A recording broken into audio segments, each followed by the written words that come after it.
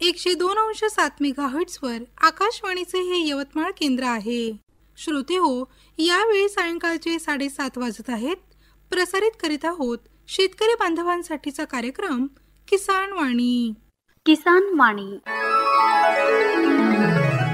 किसान वाणी बहर कृषी तंत्रज्ञानाचा. या कार्यक्रमाचे प्रायोजक आहेत कृषी आणि शेतकरी कल्याण विभाग, कृषी आणि शेतकरी कल्याण मंत्रालय, भारत सरकार. शेतकरी बंधू भगिनींनो नमस्कार. किसान वाणी या समस्त कास्तकार बंधू आणि भगिनींसाठीच्या कार्यक्रमात आपण आज सर्व कास्तकार बंधू भगिनींचं कार्यक्रमात मनपूर्वक स्वागत आणि सोबतच भावना कांबळेचा सस्नेह नमस्कार. प्रधानमंत्री शेतकरी मानधन योजना मिळेल पेन्शनचा आधार, शेतकरी नाराही निराधार, सुखाशी नात जोडले जाई, म्हातारपण खुशाल होई, सुरक्षित होई अन्नदाता, सुरक्षित होई अन्नदाता. प्रधानमंत्री शेतकरी मानधन योजनेनं लघु आणि सीमांत शेतकऱ्यांचं भविष्य होईल सुरक्षित. आणि 60 वर्ष वयापासून 3,000 रुपयांची मासिक पेन्शन होईल सुनिश्चित. 55 रुपये ते 200 रुपयापर्यंत मासिक हप्ता देऊन प्रवेश करू शकतात 18 ते 40 वर्ष वयाचे शेतकरी. या अंशदायी योजनेत सरकार देईल बरोबरीचे योगदान. सर्व शेतकरी बंधू भगिनींनी या योजनेच्या लाभाकरिता जनसेवा केंद्रात जावे आणि आपले निशुल्क नोंदणीकरण करावे. प्रधानमंत्री शेतकरी मानधन योजना, अन्नदात्याच्या परिश्रमाचा आधार, पेन्शन त्याचं भविष्य सुरक्षित साकार. कृषी आणि शेतकरी कल्याण मंत्रालयातर्फे जनहितार्थ जारी.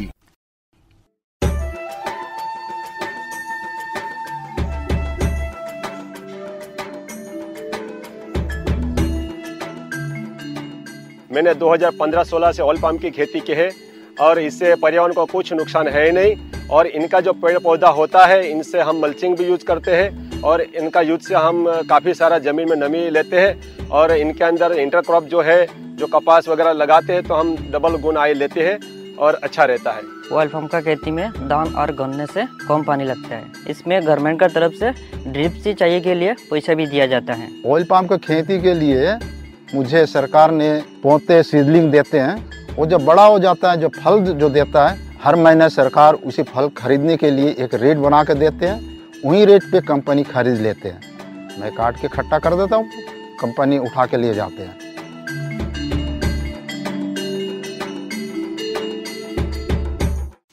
मंडळी, कार्यक्रमाला लगेचच सुरुवात करूयात आणि ऐकूयात फोन इन कार्यक्रम हॅलो कास्तकार. या कार्यक्रमाचा भाग पहिला. विषय आहे शेती. कार्यक्रमामध्ये सहभागी तज्ज्ञ आहेत सहाय्यक प्राध्यापक रुपेश राऊत, कृषी संशोधन केंद्र यवतमाळ.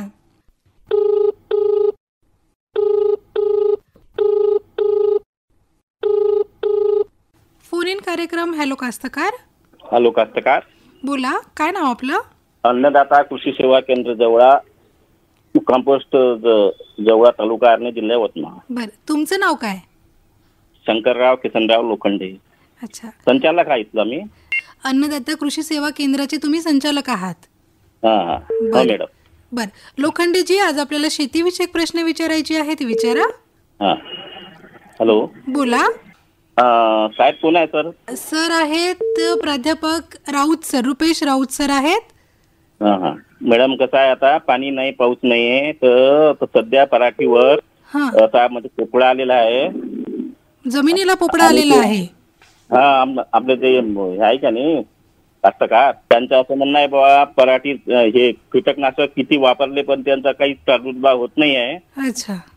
आणि ते कोकड्या निघण्यासाठी म्हणजे असं सध्या कोणतं औषध अवेलेबल आहे ते आम्हाला कळवा, त्यानंतर त्यानुसार आम्ही त्याचा वापर करू. बरं बरं, ठीक आहे. हा, आणि काय?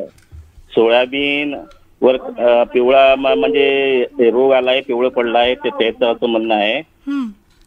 तर त्यांच्यावर कोणता मॉलिक्यूल फवारल्याने ते म्हणजे जागेवर येईल पुन्हा असं. अच्छा, म्हणजे सोयाबीन पण पिवळं पडलेलं आहे, म्हणजे ते येलो मोझॅक आलेला आहे. कास्तकाराचं असं बेचैन झालं आहे, आता कोणतं फवारायचं, कोणतं घ्यायचं. अच्छा, ठीक आहे. बरं बरं, ठीक आहे लोखंडेजी, तुमच्या प्रश्नाचं उत्तर देत आहेत आमचे तज्ज्ञ प्राध्यापक राऊत सर, ऐका त्यांच्याकडनं.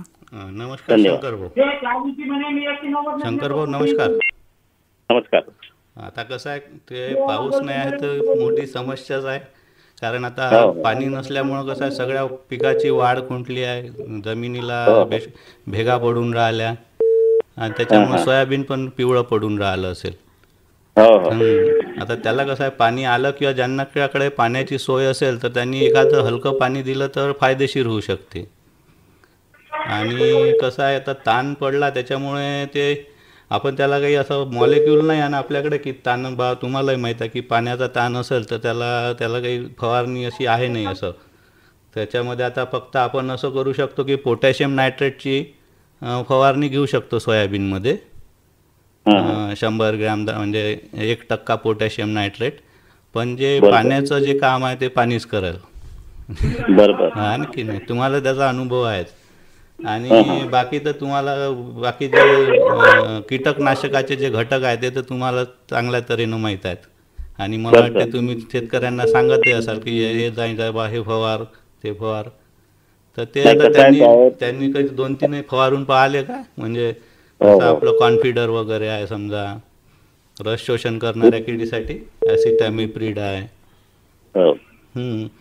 शेतकरी कसं आहे आता विवंचनेतच आहे कसं एवढं मोठं त्यांनी हो सांगा. शेतकरी कसा विवंचने मध्ये पडला आहे कारण की ते जे दुकानदार सांगते ते त्या हिशोबाने वापरत आहे. पण कसं आहे कोणाच्या तो म्हणजे मॉलिक्यूल कोणतं जरी वापरलं तरी त्याचं प्रत्यक्ष असं प्रमाण नाही वाटत नाही ते झाडावर.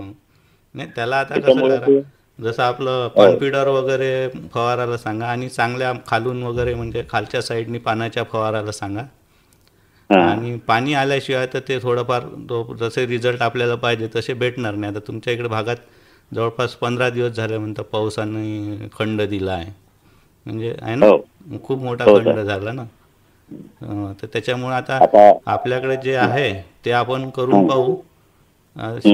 तर तुम्ही त्यांना जे आपलं कॉन्फिडर इमिडाक्लोरोपिड आहे ना ते तुम्हाला माहीतच आहे ते द्या त्यांना सांगा की पहिल्या फवारणीमध्ये त्यांनी वापरलं कॉन्फिडर वगैरे युनिक वगैरे ते वापरलं त्यांनी. पण आता कसं आहे प्रत्येक यावर्षी बेडवर्स लावले आहे सगळ्या त्यामध्ये त्याच्यामुळे ते थोडस कसं पहिल्या वेळेस ते याच्यावर राहत होते आपल्या खुल्या पाडून 3x2 असं काहीतरी वापरत होते ते. यावर सगळ्यांनी म्हणजे बेडवर लावले त्याच्यामुळे कसं वरती त्या बेडला त्या मुळ्याला म्हणजे आवरण होत नसतं त्यामुळे ती वाढ नाही होऊ लागली. हो नाही ते बरोबर आहे ना पाण्याची ताण जो पडला ना त्याच्यामुळे वाढ नाही होऊन राहिली आहे ती. तुम्ही बरोबर आहे.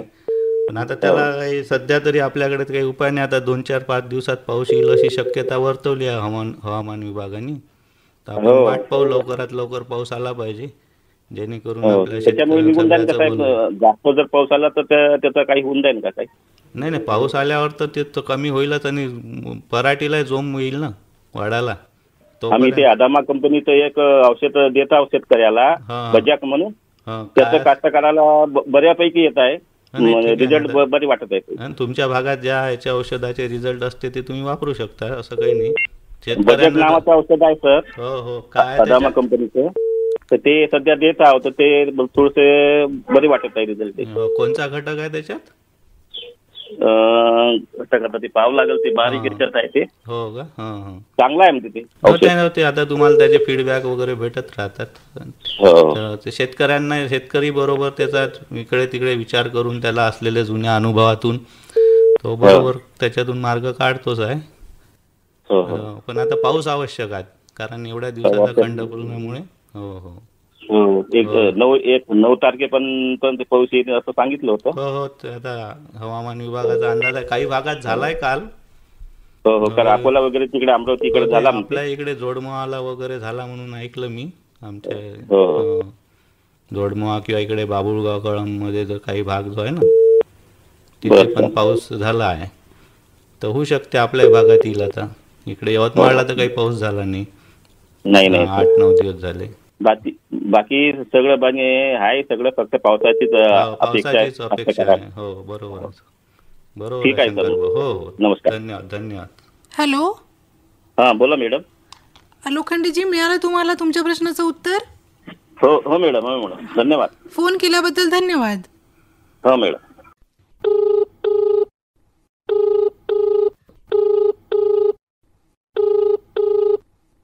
शेतकरी बंधू भगिनींनो, आज आपण फोन इन कार्यक्रम या कार्यक्रमासोबतच चर्चा देखील घेऊयात.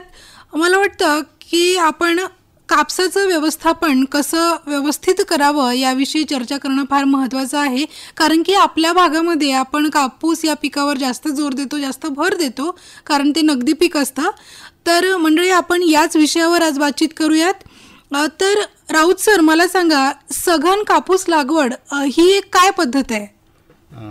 आता आपण सघन कापूस लागवड याचा पुष्कळसे शेतकरी पण वापर करत आहे. तसंच शासकीय जे विद्यापीठे आहे यांनी सुद्धा त्याच्यावर प्रयोग करून त्याची शिफारस केलेली आहे.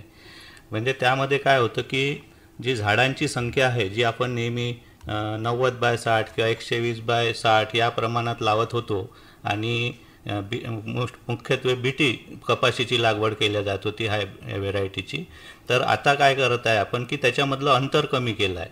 म्हणजे आपण 90/60 वरून आता 90/30, 90/15 याप्रमाणे आपण त्याची लागवड करत आहे. त्यामुळे काय झालं की त्याचं जे झाडांची संख्या ही वाढली आणि त्याचबरोबर उत्पादनातसुद्धा वाढ होऊन राहिली आहे. आणि त्याच्यामध्ये मग शेतकरी काय करतो की एका लाईनीनेच त्याची सोयिंग करून घेतो आणि पट्टा म्हणजे दाट लागवड होते. तर त्यालाच आपण सघन लागवड पद्धत अशी म्हणतो. आता पुष्कळशा शेतकऱ्यांनी आपण जर पाहिलं की सघन लागवड पद्धत ही केलेली आहे आणि जवळपास त्यांना आता ती लागवड करून 45 ते दिवस किंवा 1.5 महिना 2 महिने झालेले आहेत. तर अशा स्थितीमध्ये जर समजा त्यांना आपल्या झाडाची उबट वाढ होऊ द्यायची नसेल तर अशासाठी त्यांनी 45 ते 50 दिवसापर्यंत आपल्या ज्या गळफांद्या असतात, ज्याला मोनोपोडियल ब्रँचेस असं म्हणतात, ज्याला फ्रूट्स किंवा बोंड येत नाहीत, या फांद्या काय करायच्या आहे, काढून टाकायच्या आहेत. शिकेटरच्या साहाय्याने किंवा याच्या साहाय्याने काढून घ्यायच्या. तसंच त्यांनी 80 ते 85 दिवसानंतर जी आपली पराठी आहे ती 100 सेंटीमीटर झाल्यावर किंवा 1 मीटर हाईट झाल्यावर त्याचं काय करायचं आहे, कटिंग करायची आहे. वरचा शेंडा जो आहे तो खोडून टाकायचा आहे. त्याच्यामुळे काय होते की त्याची वाढ थांबून जे जो अन्नद्रव्य आहे त्याचा जो पुरवठा आहे तो बाकीच्या खालच्या फांद्यांना आणि पात्यांना, फुलांना आणि बोंडाला भेटतो आणि बोंडाची वाढ चांगली होते आणि तसेच त्याच्यामुळे उत्पन्नातसुद्धा वाढ होते.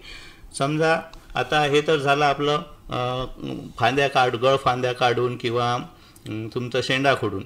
पण आपल्याला ते शक्य नाही झालंच तर आपण त्याच्यामध्ये काही रसायनाचा किंवा वाढ थांबवणाऱ्या रसायनाचा सुद्धा वापर करू शकतो.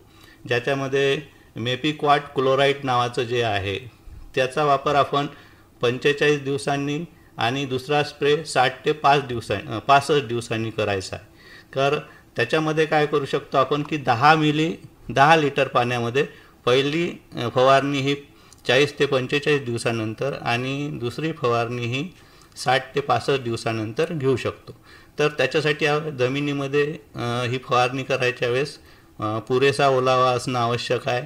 तसंच झाडाची वाढ कशा प्रकारे आहे याचासुद्धा पाहून अभ्यास करून त्याच्या प्रमाणात आपण त्याची फवारणी केली पाहिजे. म्हणजे पहिली फवारणी केल्यानंतर जर वाढ आपली थांबली असेल तर दुसरी फवारणी घ्यायची काही एकदम अशी आवश्यकता राहत नाही. तर झाडाची वाढ कोणत्या प्रमाणात आहे, किती प्रमाणात होऊन राहिली हे पाहून आपण या वाढ नियंत्रकाचा सुद्धा वापर करू शकतो. तर हे झालं याच्यामध्ये सघन लागवडीमध्ये आपण या प्रॅक्टिसेस किंवा या करू शकतो. बरं सर, तुम्ही सांगितलं की ही जी सघन लागवड आहे, तुम्ही सांगितलं की विरळणी करायची आहे, थोडीशी जी अनावश्यक आहे, खराब झालेली आहे ती काढायची आहे, किंवा मग हे सांगितलं तुम्ही खुडणी करायची आहे. मला वाटतं ही सघन लागवड पद्धत म्हणजेच पॉप्युलेशन जी पद्धत होती आधी, जी शेतकरी लावायचे की पेरल्यासारखं लावायचे, म्हणजे खूप जास्त अंतर नाही पण थोडं थोडं अंतर देऊन, ही तीच पद्धत आहे का? तीच आहे, पण ही सध्या इम्प्रूव्ह झालेली पद्धत आहे. पहिले कसं व्हायचं की सरत्याच्या साहाय्यानेच पेरल्या जायच्या आणि सगळ्या स्ट्रेट व्हेरायट्या होत्या, त्याच्यामुळे पेरणीद्वारेच पेरायला जायचं. पण आता आपण काय करत आहे की याच्यामध्ये मॅनेजमेंट करत आहे. याच्यामध्ये आपण खताचं सुद्धा व्यवस्थापन करणार आहे आणि झाडाची वाढसुद्धा काय करणार आहे, थांबून आणि जास्तीत जास्त खालच्या फांद्यांना फळफांद्या फुटून वाढवून त्यांची संख्या वाढवण्याचा आपण प्रयत्न करतो किंवा वाढल्या जातात त्याच्यामध्ये आणि मग उत्पन्नात वाढ होते. तर आपण त्याच्यामध्ये जसं आताच सांगितलं की गळफांद्या काढायच्या, म्हणजे ज्याच्यावर बोंड येत नाहीत किंवा फुलं फात्या लागत नाहीत आणि फळफांद्या वाढायला त्याला मदत होते. आणि खुडल्यामुळे काय होतं की त्याचा जो अन्नद्रव्याचा प्रवाह आहे तो खालच्या ब्रँचेसकडे डिस्ट्रीब्यूट होतो आणि तिथे सुद्धा त्याला जास्त प्रमाणात अन्नद्रव्य उपलब्ध होते. किंवा मग त्याच्यामध्ये आपण रसायनाचा सुद्धा वापर करू शकतो.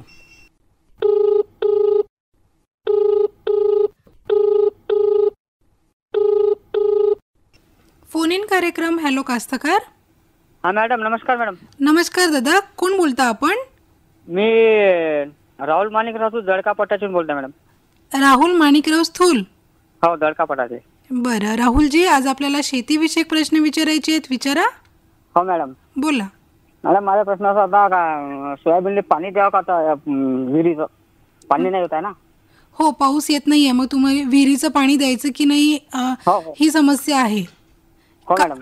का बरं याआधी पिकांना विहिरीचं पाणी दिलेलं नाही का? दिलाय मॅडम, पण व्हायरस येते म्हणते ना त्या विहिरीच्या पाण्यानं सोयाबीनवर. अच्छा, सोयाबीनवरच, बाकी पिकांवर नाही का? नाही, बाकी पिकाला पराठी झाली माझी देऊन, कालच दिलं, पण सोयाबीनवर व्हायरस येते म्हणते पाण्यानं. अच्छा, व्हायरस येते असं म्हणणं आहे की कोणाचा अनुभव आहे का? अनुभव नाही, पण मॅडम म्हणजे शेतकरी खूप जण म्हणताय का पाणीने व्हायरस येते म्हणून विहिरीच्या. बरं, म्हणजे चाचणी करायला पाहिजे पाण्याची. तर ठीक आहे राहुलजी, तुमच्या प्रश्नाचं उत्तर देत आहेत आमचे तज्ज्ञ प्राध्यापक राऊत सर, ऐका त्यांच्याकडनं. हो मॅडम. नमस्कार राहुल भाऊ. नमस्कार सर. कधीची लागवड आहे तुमची सोयाबीनची? आमची सर 18 जूनची आहे. 18 जूनची आहे. आणि आता जवळपास मग किती, 1.5-2 महिने झाले? हो सर. आता फुलावर आहे का कसं आहे की शेंगा वगैरे पकडायला आहे? हो का. किती एकर आहे पराठी हे आपलं सोयाबीन? 4 एकर आहे सर. 4 एकर आहे. कोणची व्हेरायटी? करिश्मा आहे, बुस्टर आहे. हो, 777. नाही, आता पाणी तर किती दिवस झाले पाऊस थांबून तुमच्या भागात? 15 दिवस झाले सर. नागपंचमीपासून पाणी आला. हो का. आता सध्या तर 2-4 दिवसात पावसाची शक्यता आहे, पण कसं आहे की तुरळक प्रमाणात कोणत्या बाजूला पडेल नाही पडेल असं काही शक्य, म्हणजे पूर्ण विखुरलेला पाऊस आहे, सगळीकडे होईल अशी काही शक्यता नाही आहे. तर आपण त्याला पाणी देऊ शकता, हलकं पाणी द्यायचं. त्यांनी काही तुमचं जे म्हणणं आहे ना की बा त्याच्यावर मोझाईक वगैरे येतो, येलो मोझाईक, तर ते पाण्यामुळं नाही होत. ते काय होते की येलो मोझाईक हा व्हायरस म्हणजे काय म्हणून विषाणूजन्य आजार आहे त्या झाडावर येणारा, आणि तो पांढऱ्या माशीद्वारे त्याचा प्रसार होतो. त्याच्यामुळं पाणी दिल्यानं तुमच्या याच्यात असा व्हायरस वगैरे येणार नाही, पण तुम्ही त्याला एकदम पाणी जास्त न देता हलकं पाणी द्या. म्हणजे तुमचा कसं आता एवढ्या दिवसाचा ताण जो पडला आहे ना, आता फुला वगैरेवर आहे शेत म्हणजे पीक, तर ते तुम्हाला फायदेशीर होईल. स्प्रिंकलर देऊ का सर? पटपाणी स्प्रिंकलर देऊ का? स्प्रिंकलर नाही दिलं चालते, काही असंही नाही, फक्त हलकं द्या, जास्त एकदम खूप पाणी देऊ नका. अच्छा, म्हणजे 1 घंटा 1-1.5 घंटा आपलं ते थोडीशी ते ओल झाली म्हणजे तसं ओलच सर त्याच्या खाली थोडं ताव पकायला म्हणून. म्हणजे भेगा वगैरे पडल्या का? भेगा पडल्या सर, बारीक पडल्या, जास्त मोठ्या नाही, बारीक भेगा. हलकं पाणी दिलं तरी होऊन जाईल. अच्छा, म्हणजे पाण्याचे काही आता फरक नाही पडणार सर विहिरीच्या पाण्यानं? नाही, तुमचं तसं पाण्याची म्हणजे जास्त क्षारयुक्त वगैरे नाही आहे ना पाणी शेतातलं? नाही, क्षारयुक्त नाही सर. मग काही फरक नाही पडत. असे बाकीचे कास्तकार म्हणत होते काय रोग येते पाण्यानं म्हणून थांबलो सर, मी आता दिलं नाही. जास्त पाणी देऊ नका. आणि आता पुष्कळ दिवस हा गॅप पडला आहे आणि फुलावर आहे, तर त्याला फायदाच होईल. फक्त हलकं पाणी द्या 1-2 तासाचं, म्हणजे आपला अंदाज घ्या तुम्ही तुमच्या जमिनीच्या याच्यानुसार. म्हणजे जमीन स्वतःची काळीची आहे ना, बदाळ भाग आहे तर जास्त पाणी नाही पाहिजे. 1 घंटा तेच म्हणूनच म्हटलं, तो अंदाज तुम्हाला जास्त राहते आमच्यापेक्षा, कारण तुम्ही नेहमी वावरून आहेत शेतात. आता सध्या शेतामध्ये वळाणी कधी येते बा, किती दिवसात वळाणी येते, सगळा अंदाज राहते. आणि काय पाऊस एक अशी शक्यता आहे, त्याच्यामुळे एकदम जास्त दिलं नंतर लगेच पाऊस आला ते जास्त होऊन जाईल. अशा याच्यात मग पुन्हा आपल्याला ते सोयाबीन पिवळं पडते जास्त पाणी साचून राहिलं. तर कशावर लागवड केली? BBF वगैरे केली आहे का? नाही तर साध्या याच्यात केलं आहे. साधा सरळ लागवड केली आहे का? हो. ठीक आहे ना. आता कसं त्याला एखाद्या आपल्याला 3 ओळी आड एखादा चर काढता आला असता, पण आता नाही करता येणार ते. नाही कारण ते नाही, तसं निघत नाही सर. 30 दिवसाच्या आधीच डवऱ्याच्या साहाय्याने काढता आलं असतं आपल्याला. हो, आता तसं होत नाही सर ते आता. ठीक आहे, झालं समाधान. सर पराठीचा एक प्रश्न विचारायचा होता सर. पराठीचा थोडा तसा प्रॉब्लेम आहे. कोणचा सांगा ना, मॅडम आहे. पराठी असे पानं असे थोडे त्याच्यावर असं मागून मागून काय काय पडले पानं, छिद्र पडत आहे पाण्याले. छिद्र पडत आहे का? मावा वगैरे आहे का? चिकटा मावा काही चिकट वगैरे पडले का? हो, तसंच काय आहे सर, ते तसंच होते, काळ्या त्याचा मावाच होतो. हो का? मग त्याच्यावर काही फवारा वगैरे घेतला का आता? घेतला सर मी, आता फवारा काढला आताच. कोणचा? ठीक आहे, हप्ता झाला. मध्ये कॉम्प्युटर ह्युमिक 0.34. कॉन्फिडर मारला का? हा, कॉम्प्युटर ह्युमिक 0.34. म्हणजे ते किती ml मध्ये मारला? 10 ml मध्ये कॉम्प्युटर मारला. ह्युमिक जेल त्याचं पाणीच केलं होतं. हो का? त्याच्यामध्ये कसं, आता तुम्ही एक ऍसिटामिप्रिड म्हणून पावडर येते, त्याचा एक म्हणजे फवारा घेऊ शकता, 1 ग्रॅम प्रति 10 लिटर पाण्यात टाकून. किंवा मग इमिडा क्लोरोफ्लिड म्हणून येते, कॉन्फिडर म्हणून, तो सुद्धा घेऊ शकता. तर तो आता घेतलाच आहे म्हणता तुम्ही? हो, घेतला सर मी, तो मारला आहे. हो का? त्यांनी व्हायला पाहिजे. मावा कंट्रोल नाही सर तो. नाही का? किंवा मग एक प्रोफॅनोफॉस म्हणून येते 50% EC, त्याची 20 ml प्रति 10 लिटर पाण्यामध्ये घेऊन तुम्ही फवारणी करू शकता. बरं, ठीक आहे. त्याला ते हॅलो. हा मॅडम. राहुलजी, मिळालं तुम्हाला तुमच्या प्रश्नाचे उत्तर? हो मॅडम, समाधान. फोन केल्याबद्दल धन्यवाद. ठीक आहे.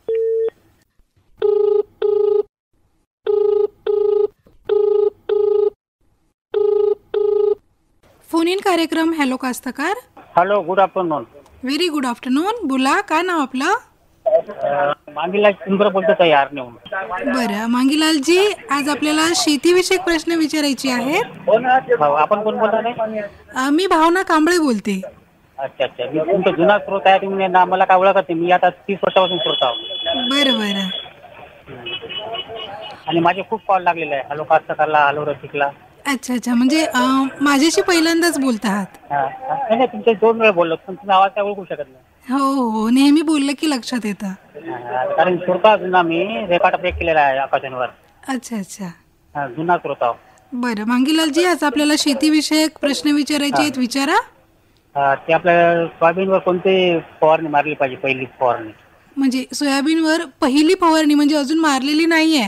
नाही नाही नाही, सुरुवात, स्टार्ट. आता सुरुवात करायची. बरं बरं. किती दिवसाचं पीक आहे म्हणायचं? जवळपास 3 महिने राहते, 3-4 महिने, म्हणजे आपल्या दिवाळीच्या अगोदर निघून जाते. अच्छा अच्छा, म्हणजे आता किती दिवस झाले तुमच्या पिकाला? आता झाले 2 महिने. अच्छा, 2 महिने झाले, म्हणजे आधी फवारणी केली नाही, आता करायची आहे. हा हा. बरं, ठीक आहे मांगीलालजी, तुमच्या प्रश्नाचं उत्तर देत आहेत आमचे तज्ज्ञ प्राध्यापक राऊत सर. ऐका त्यांच्याकडनं. नमस्कार मांगीलाल भाऊ. हा, नमस्कार, बोला. कधीची लागवड आहे तुमची? काय सर? लागवड म्हटलं, हे लागवड किती तारखेची आहे? लागवड आपण लेट केली सर, जुलैमध्ये केलेली आहे. जुलैमध्ये केली का? आता कशावर आहे हे, समजा फुलावर वगैरे आहे की कसं काय? सध्या फ्लावर काही आता सुरुवात आहे. सुरुवात आहे. काही किडीचा वगैरे हे आहे का त्याच्यावर प्रभाव? सध्या काही दिसायला नाही सर. म्हणजे त्याचे शेंडे वगैरे असे तुटलेले आहे का, काही असं वाटते का? किंवा चक्री भुंगा वगैरे असं काही? नाही सर, पहिली सुरुवातच आहे. सुरुवातच आहे. म्हणजे तुम्ही असं पाहिलं तर काही किडीचा वगैरे प्रादुर्भाव आहे नाही? तरी पण विचारून आणि त्याला प्रक्रिया केली होती का, बीज प्रक्रिया पेरण्याच्या वेळेस? नाही सर, ते काही केलं नाही. नाही, ते थायमेथॉक्झॉनची जर प्रक्रिया केली असती तर चांगलं झालं असतं, बीज प्रक्रिया. आणि आता कसं आहे की थोडं लेट झालं आहे, तर त्याच्यावर कसं भविष्यामध्ये खोडकिडी किंवा चक्री भुंग्याचा जो प्रादुर्भाव आहे तो येऊ शकतो. पण सध्या नाही आहे, तर तुम्ही त्याच्यावर लक्ष ठेवत राहा. तोपर्यंत तुम्ही समजा तुम्हाला जर वाटलं तर 19-19-19चा एक फवारणी घेऊन घ्या, 100 ग्रॅम प्रति 10 लिटर पाण्यामध्ये. तसंच 5% निंबोळी अर्काचं आपलं तुम्ही फवारणी घेऊ शकता. आणि समजा तुम्हाला प्रादुर्भाव वाटत असेल, कारण कसं ते बीज प्रक्रिया केली नसल्यामुळं प्रादुर्भाव होऊ शकतो, तर अशा याच्यात थायमेथॉक्झॉन 12.6% अधिक लॅम्बडा सायरोथ्रिन नावाचं 9.5% कीटकनाशक येते. अच्छा सर. त्याची 2.5 मिली प्रति 10 लिटर पाण्यामध्ये तुम्ही फवारणी घेऊ शकता. पण आता समजा नसेल तर मग तुमचं आपलं 19-19 हे घ्या आणि प्लस तुमचं आपलं आता 5% निंबोळी अर्काचं फवारणी घ्या किंवा मग 300 ppmचं 50 mlचं ॲजाड्रेक्टिन म्हणून जे येते ते 50 ml प्रति 10 लिटर पाण्यामध्ये मिसळून फवारा. बरोबर. म्हणजे सगळंच नका फवारू. म्हणजे अटॅक नसेल तर मग हे जे रासायनिक आहेत त्याची काही गरज नाही आहे. पोझिशन पाहून 19-19 फवारलं तर आता फुलं येऊन राहिले तर तुम्हाला फायद्याचंच होईल. आणि वाटत असेल तर एखादं मायक्रोन्यूट्रिएंट येते विद्यापीठाचं पण येते द्रवरूपात, तर ते 50 ml किंवा मग तुमच्या भागामध्ये जे वापरलं जाते चांगल्यावालं ते 50 ग्रॅम प्रति 10 लिटर पाण्यामध्ये टाकून त्याची फवारणी घेऊन घ्या तुम्ही. हे फायदेशीर राहील. आणि थोडं लक्ष द्या म्हणजे कसं आपल्याला तिथे कोणता खोडकी म्हणजे आहे का किंवा चक्रीभुंगा आहे का लक्षात येते. अच्छा सर. हो. हॅलो. हा बोला. मांगीलालजी आणखी काही प्रश्न? बस तेवढं विचारायचं सुरुवातीला. ठीक आहे मांगीलालजी, फोन केल्याबद्दल धन्यवाद. Okay thank you.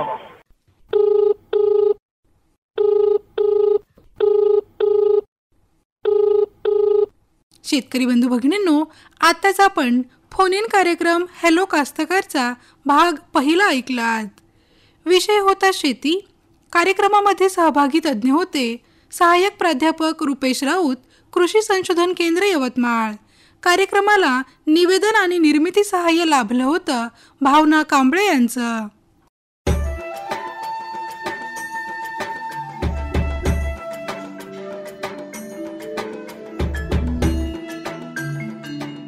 ये जो हरे भरे पेड़ और उन पर लगे गुच्छेदार फल दिखाई दे रहे हैं, ये वास्तव में हमारे किसान भाइयों के आर्थिक और सामाजिक जीवन में सुख समृद्धि के रंग भरने की क्षमता रखते हैं. ऑयल पाम की खेती से किसान सामान्य फसलों की तुलना में कम लागत एवं मेहनत से अधिक आय प्राप्त कर सकते हैं. इसके माध्यम से किसान खाद्य तेलों का उत्पादन बढ़ाकर देश के विकास में अपनी भागीदारी सुनिश्चित कर सकते हैं. लेकिन ये सब कैसे संभव है, आज इसी के बारे में बताएंगे अपने किसानों को. ऑयल पाम एक बहुमुखी तेल है जिसके कई अलग अलग गुण और कार्य हैं जो इसे बेहद उपयोगी और व्यापक रूप से इस्तेमाल किया जाने वाला बनाते हैं.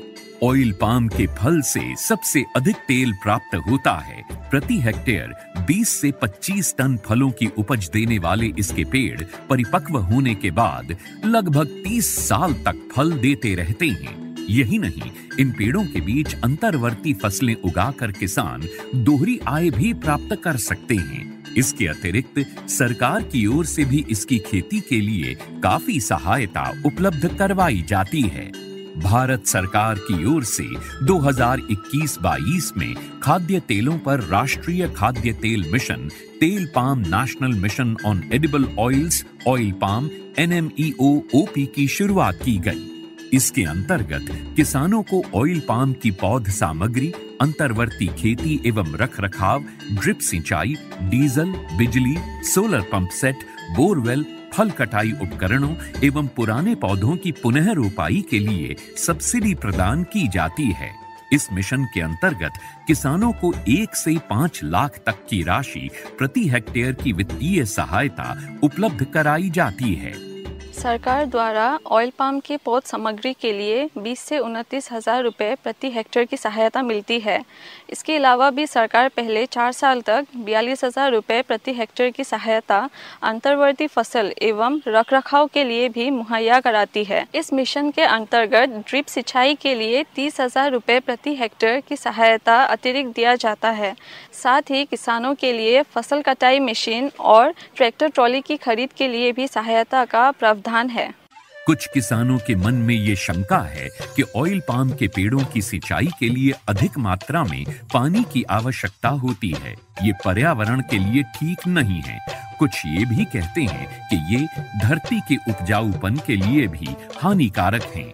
किंतु जिन किसानों को ऑयल पाम की खेती से आज लाखों रुपए की वार्षिक आय प्राप्त हो रही है, उनका कहना है कि ये सारे संचय निराधार हैं. ऑयल पाम का खेती में धान और गन्ने से कम पानी लगता है। इसमें गवर्नमेंट का तरफ से ड्रिप सिंचाई के लिए पैसा भी दिया जाता है। मैंने 2015-16 से ऑयल पाम की खेती की है और इससे पर्यावरण को कुछ नुकसान है ही नहीं। और इनका जो पेड़ पौधा होता है इनसे हम मल्चिंग भी यूज करते हैं और इनका यूज से हम काफ़ी सारा ज़मीन में नमी लेते हैं और इनके अंदर इंटरक्रॉप जो है जो कपास वगैरह लगाते हैं तो हम डबल गुण आय लेते हैं और अच्छा रहता है। ऑयल पाम की खेती के लिए मुझे सरकार ने पौधे सीडलिंग देते हैं। वो जब बड़ा हो जाता है, जो फल जो देता है, हर महीने सरकार उसी फल खरीदने के लिए एक रेट बना के देते हैं। वही रेट पे कंपनी खरीद लेते हैं। मैं काट के इकट्ठा कर देता हूँ, कंपनी उठा के लिए जाते हैं। ऑयल पाम के लिए सरकार उत्पादों की तत्काल खरीद करती है। साथ ही सरकार एक वायबिलिटी मूल्य भी घोषित करती है ताकि यदि भाव अचानक गिर जाए तो उस अंतर का भुगतान सरकार किसानों को करती है। सच तो ये है कि ऑयल पाम की खेती हमारे किसानों को और अधिक समृद्ध और ग्रामीण अर्थव्यवस्था को और अधिक सशक्त बना रही है। आप भी इसकी खेती और सरकारी सहायता का लाभ उठाएं और अपनी आर्थिक स्थिति को बेहतर बनाएं।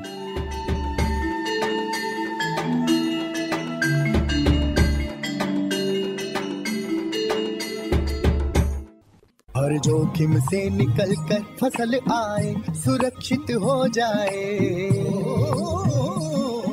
फसल बीमा से हर किसान अब आत्मनिर्भर हो जाए। संकट के समय प्रधानमंत्री फसल बीमा योजना किसानों के लिए वरदान है। अब सूखा पड़े या बाढ़ आ जाए कोई डर नहीं, अब ओले पड़े या कीट पतंगे फसल खा जाए कोई फिक्र नहीं, क्योंकि हमने लिया है प्रधानमंत्री फसल बीमा। बुआई से फसल कटाई तक हर जोखिम का दावा, न्यूनतम प्रीमियम पर अधिकतम भुगतान का वादा। योजना से हर साल जुड़ रहे हैं 5 करोड़ से ज्यादा किसान। अब आपकी है बारी। नजदीकी कृषि कार्यालय, सहकारी समिति, बैंक शाखा, अधिकृत बीमा कंपनी या जन सेवा केंद्र में स्वेच्छा से करा सकते हैं पंजीकरण। फसल बीमा पोर्टल या फसल बीमा ऐप द्वारा भी कराया जा सकता है पंजीकरण। प्रधानमंत्री फसल बीमा योजना, आपकी फसलों का संपूर्ण सुरक्षा कवच। कृषि एवं किसान कल्याण मंत्रालय, भारत सरकार। तर मंडळी, आता वेळ झाली आहे कार्यक्रमाची सांगता करण्याची। भेट तर आहेच पुढील कार्यक्रमात। तोपर्यंत भावना कांबळेला अनुमती द्या। नमस्कार। या कार्यक्रमाचे प्रायोजक होते कृषी आणि शेतकरी कल्याण विभाग, कृषी आणि शेतकरी कल्याण मंत्रालय, भारत सरकार। माहितीचा वावर किसान वाणी।